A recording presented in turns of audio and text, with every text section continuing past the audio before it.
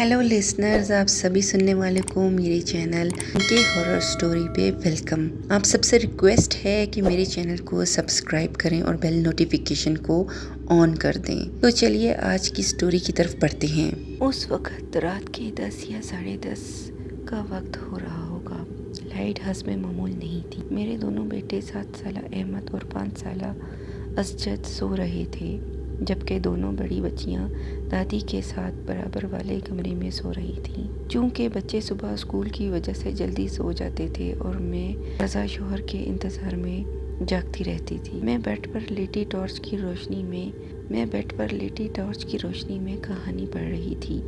ये मेरा अब भी मामूल है कि मैं दोपहर में सोने लेटूं या रात में। मेरे लिए मुताला बहुत ज़रूरी है, वरना मेरी खाना हजम नहीं होता। हाँ, तो मैं जिक्र कर रही थी कि मेरे दोनों बेटे सो रहे थे कि एकदम अहमद हड़बड़ाता हुआ और रोता हुआ उठ बैठा।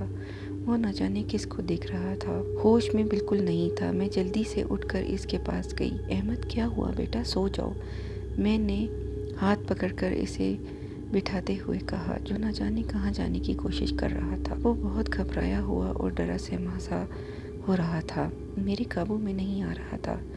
अचानक रोते रोते बोला, मामा ये इतना लंबा कैसे हो गया। मेरे तो होश उड़ गए। न जाने इसे क्या नज़र आ रहा था।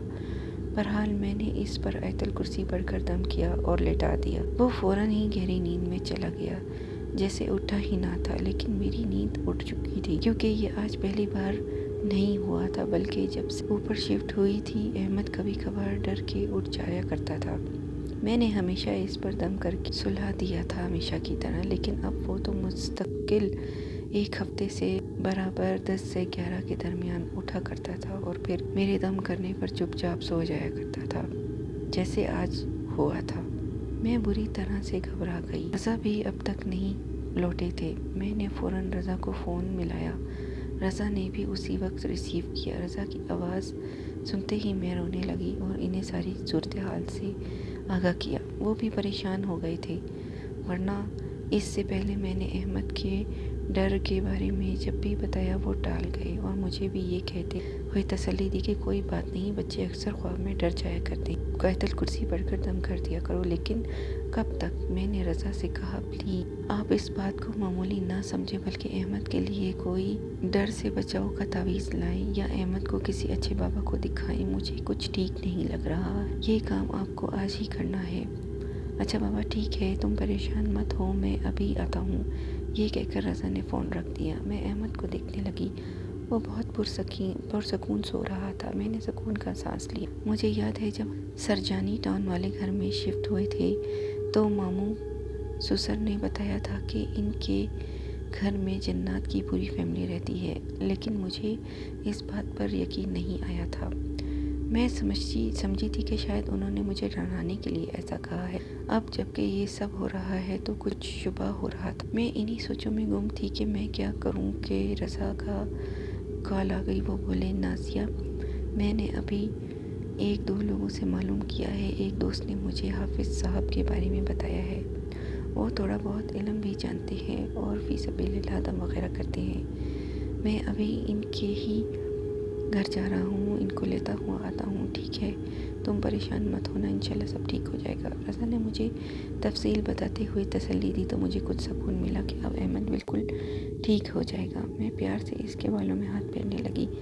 तकरीबन 10-15 मिनट के बाद गेट बजा। मैं जीनिए तक आई। लाइट भी आ चुकी थी। गेट मामू ने खोल दिया था, जो नीचे नानी सास के साथ रहते थे। रज़ा घर में दाखिल हो रहे थे और इनके साथ कोई था। मैं जल्दी से बच्चों के कमरे में चली गई। रज़ा हाफिज़ साहब को लेकर घर बेडरूम में चले गए, जहां अहमद सो रहा था। कुछ देर बाद हाफिज़ साहब की तिलावत की आवाज़ आने लगी।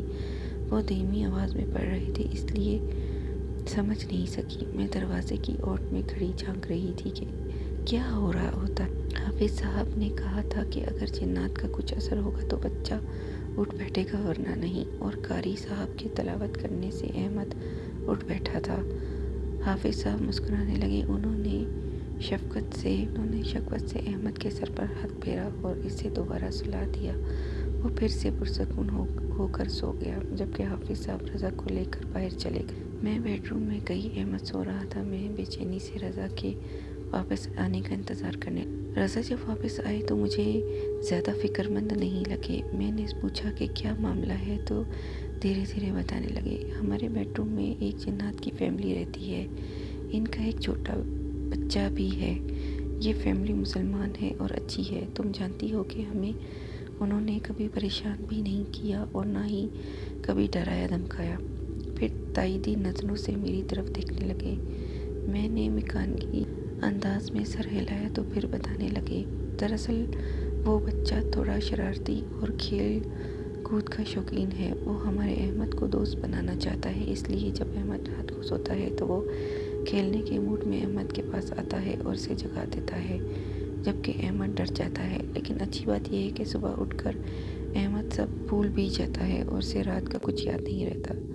ایسا ہی ہے نا؟ رضا پوچھنے لگی۔ بتایا کہ جب احمد سے صبح پوچھتی ہوں کہ رات میں ڈرا کیوں تھے تو وہ صاف انکار کر دیتا کہ نہیں ماما، میں تو رات میں نہیں اٹھا، میں تو خاموش ہو جاتی ہوں، لیکن میں بہت پریشان ہوں، کہیں یہ بچہ ہمارے احمد کو کچھ نقصان نہ پہنچا دے۔ میں نے ہلتے ہوئے کہا، ارے نہیں نہیں، ایسا کچھ نہیں ہوگا، وہ صرف کھیلنے کی غرض سے آتا ہے۔ بہرحال یہ حافظ صاحب احمد کو پینے اور نہانے کے لیے تعویذ دیے ہیں۔ یہ تعویذ پینے کے ہیں اور یہ پانی میں ملا کر دو اور یہ تعویذ نہانے کے لیے ہے۔ احمد کو ایک تعویذ روز پانی میں ڈال کر نہلانا ہوگا، اور ہاں، یہ ایک تعویذ احمد کے گلے میں موم جمع کر کے ڈالنا ہے۔ تم ذمہ داری سے صبح یہ سارے کام کر لینا اور پریشان مت ہونا۔ جب ہم انہیں کوئی تکلیف نہیں پہنچائیں گے تو کوئی تکلیف نہیں پہنچائیں گے، بس یہ سمجھ لو اللہ کی مخلوق ہے، میں سے وہ بھی ہے۔ اب سکون سے سو جاؤ، اوکے؟ رضا نے تقریر کے بعد کہا تو پھر صبح اٹھ کر میں اپنے پینے کے لیے تعویذ ڈال دیا۔ بچہ جب اسکول سے آئے تو میں نے احمد کو تعویذ کے پانی سے نہلایا اور اس کے گلے میں تعویذ بھی ڈال۔ سارا دن گزر گیا، پھر سے رات ہو گئی، سب بچے سو گئے، میں رضا احمد کے لیے جگتی رہی۔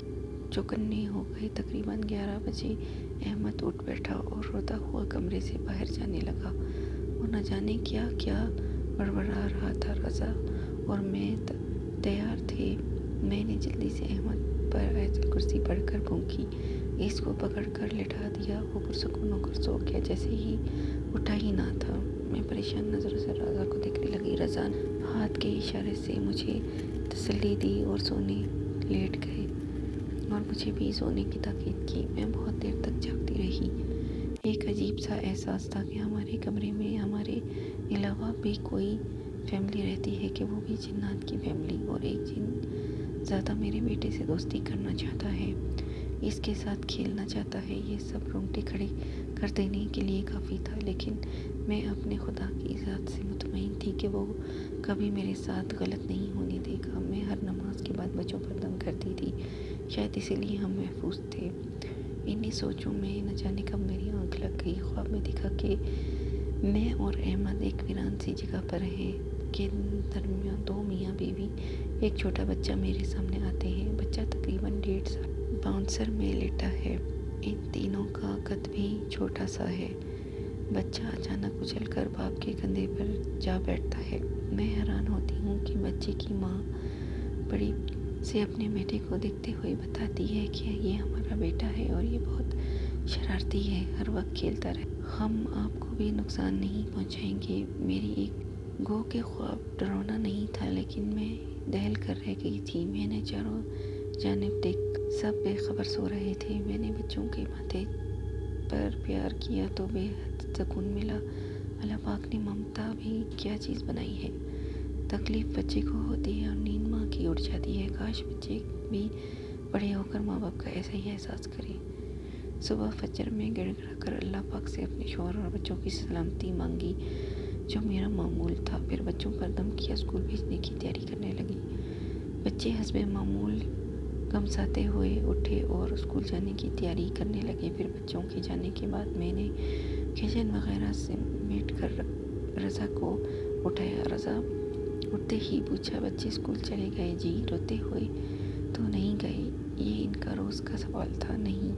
پھر मुद्दे पर आई। रज़ा, मैंने ख्वाब में इस फैमिली को देखा जो हमारे घर में हमारे साथ रहते हैं। रज़ा चौंकते हुए बोले, अच्छा क्या देखा? मैंने ख्वाब सुना दिया। मुतमईन अंदाज में गर्दन हिलाने लगे और बोले, मैंने तुमसे कहा था ना कि वो हमें नुकसान नहीं पहुंचाएंगे। तुम खामखा परेशान होती हो, अब तो मुतमईन हो ना।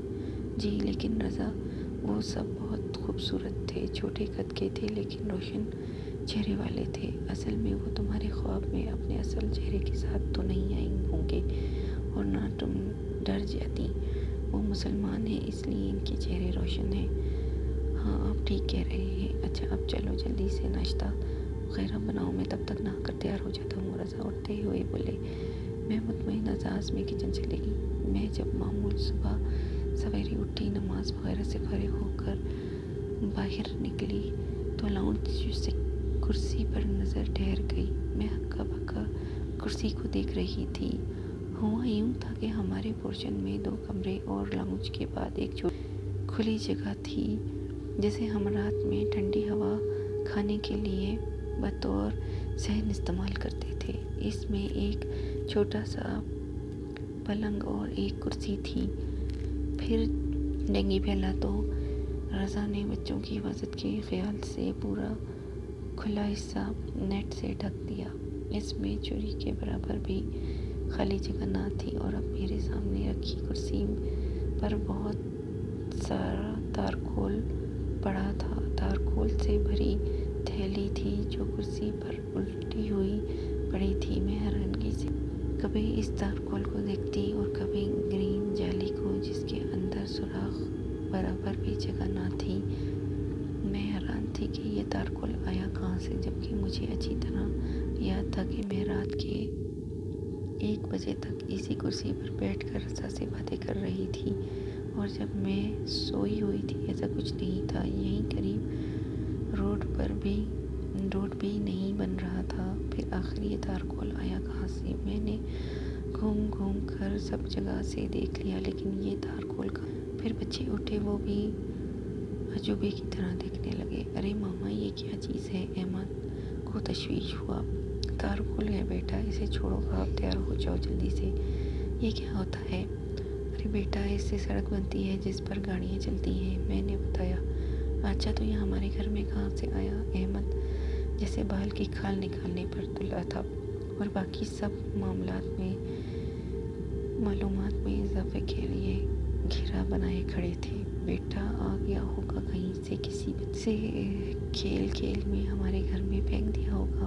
मैंने बच्चों को टाला, लेकिन मामा कहाँ से? हमारा घर तो सब तरह से पैक है। मेरे जहन में बदलता हुआ अब बच्चों की ज़बान पर था।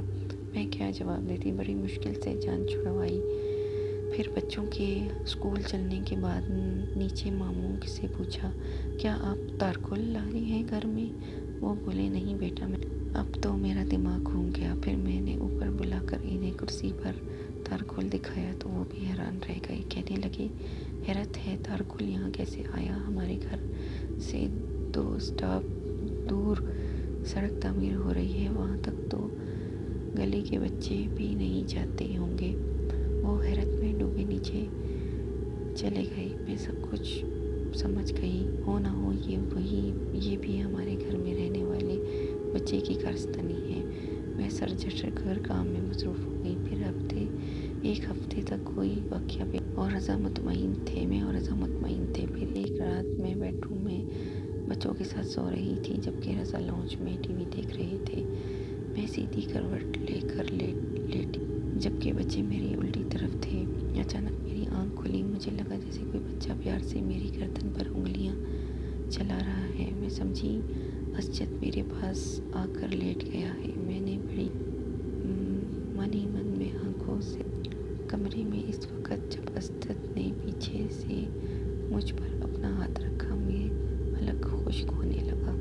असजद अगर पीछे है तो ये मेरे पास कौन लेटा है? मैं जंग से उठ बैठी और वहाँ कोई ना था। मैंने चीख मारी। रज़ा भागते हुए लाइट जलाई।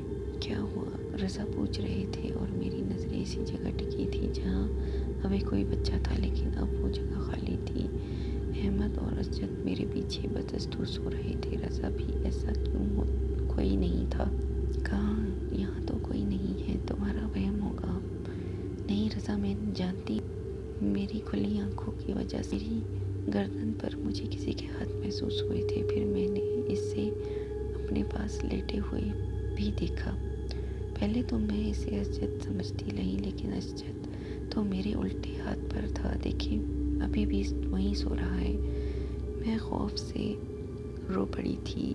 किसी भी इंसान, ख़ास तौर पर औरत के लिए किसी भी गैर इंसानी मखलूक का दिखना बहुत खौफ की अलामत। चंद के मैं जानती थी कि हमारे घर में हमारे साथ एक गैर इंसानी मखलूक भी रहती है, लेकिन वो भी मेरे सामने नहीं आते थे, तो मैं मुतमईन थी। लेकिन अब अपने सामने देखने के बाद मैं खौफ से बुरा हाल। अरे नाज़िया, तुम एक बच्चे से डर गई। वो तुम्हारे पास सोने आया होगा, लेकिन तुम डर गई तो इसे जाना पड़ गया। रज़ा हंसी में उड़ा रहे थे। मुझे गुस्सा आ गया। मैं मजाक उड़ा रहे हैं। अगर आपके पास आया होता तो। नहीं भाई, मेरे पास क्यों आएगा? तुमसे दोस्ती है, तुम्हारे ही पास आएगा। अच्छा चलो सो जाओ, मैं सुबह हाफिज साहब से मशवरा करूँगा। फिर मैंने खुद और बच्चों पर आयतुल कुर्सी पढ़कर दम किया और सो गई। तावीज़ का फ़ायदा ये हुआ कि अहमद के डर कर उठने की में कमी आ गई, तो मैं भी पुरसकून हो गई। कुछ अरसे बाद हमने वो रूम शिफ्ट कर लिया। हम दूसरी जगह चले गए तो रज़ा कहने लगे, यार मैं सोच रहा हूँ ज़रा घर का चक्कर लगा आऊँ। हम तो शिफ्ट हो गए थे, लेकिन नीचे के पोर्शन में नानी मामू रहते थे। उन्होंने नहीं छोड़ा। मैंने कहा हाँ ज़रूर जाएं, और ज़रा ऊपर के पोर्शन जो हमारा था मैं भी चक्कर लगाइएगा, वहाँ अब क्या हालात है। रज़ा ओके कह कर रवाना हो गई, तो मैं घर के कामों में मसरूफ़ हो गई। तकरीबन 1 घंटे बाद रज़ा वापस आए। मैंने खैरियत पूछी तो कहने लगे, नाज़िया, हमारे यहाँ से चले आने से वो लोग बहुत डिप्रेस्ड हो गए हैं। कौन लोग? मैं हैरानगी से बोली, वही तुम्हारे पड़ोसी जिन्नात की फैमिली। मगर क्यों और आपको कैसे पता? मैं उलझ गई थी इनकी बातों से। अरे भाई, मैं अभी घर गए, माँ और खाला बता रहे थे कि जिस दिन हम यहाँ आए हैं उसी दिन रात को बहुत शोर शराबे। खाला की आँख खुल गई। ऊपर हमारे पोर्शन में कोई उठक पटक कर रहा था। खाला आवाज़ सुनने और देखने कि ये कैसा शोर है नीचे लॉन्च में, तो उनकी अलमारी के ऊपर रखा सारा सामान इधर उधर खुद ब खुद नीचे गिर गया, जैसे खुशी में गुस्से में फेंका है। खाला और मामू हैरान थे कि ये सब क्या हो रहा है।